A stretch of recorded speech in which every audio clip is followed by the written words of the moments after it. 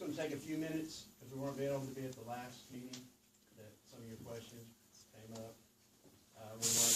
We're out of town, so I couldn't make the citizen, the homeowners tour. But to kind of start it from the start to where we're at this spot, there's a lot of misconceptions out there as to what is going on and who's doing what and how it came down. So I'm just going to kind of address some of that. There was questions as to when we just recently bought the property. We bought the property in 2002. We've had it for 14 years. 2 years ago, we annexed it. When we had friends that camp in RVs. I've had that property. I haven't ever really done anything with it. When Jellystone went in, they were really upset about the cost of that, the overflow. They can't get into the other parks because they're full.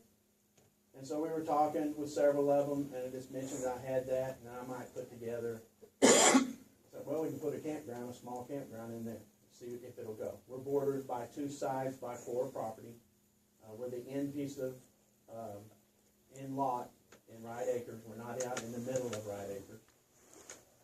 So I came to the city and asked them about, because for us to do it, we would have to have city sewer. That's where the annexation into the city came into. Even though they're expanding and already have a park there, the city manager, which I would have thought would have opposed us because we would probably didn't like competition, they went overboard to try to help us with this. Was real helpful, and so we asked to be annexed in the city. They didn't ask us. We asked the city to be annexed in. So we were annexed in 2014. So it's sat there this long. We finally got an engineer to kind of go in and see if it was even possible to put one on there. He come out, we paid for him, lay it out. Since 2014, there's been, there was a person that was close to it that has put it in the paper, and a lot of misconceptions that there was going to be 40 spots in there. That we personally owned another RV park, which I helped build in 2005, but we haven't owned since 2007. We were partners in it with my brother-in-law, and we split. So, and there was a lot of concerns because there's sex offenders in that park. I don't even know who owns it now because he has since sold it. But we haven't been part of that. And there was just a lot of, that we were going to bring sex offenders into Manfred. And the thing that kind of got to us was that we've been here for 40 years. And Lisa's K through 12. I came as a freshman. Our kids went through Manfred. We have grandkids here in town.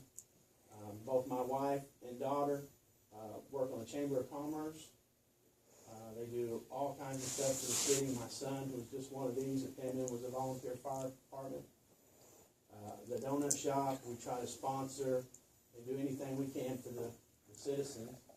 And we sponsor teams, we donate donuts, we do all the things we can. So for somebody to say that we would do something that would come into Manfred and try to hurt or do anything that would hurt the town of Manfred, that's what got to us more than anything. Now there was 55 people at this meeting.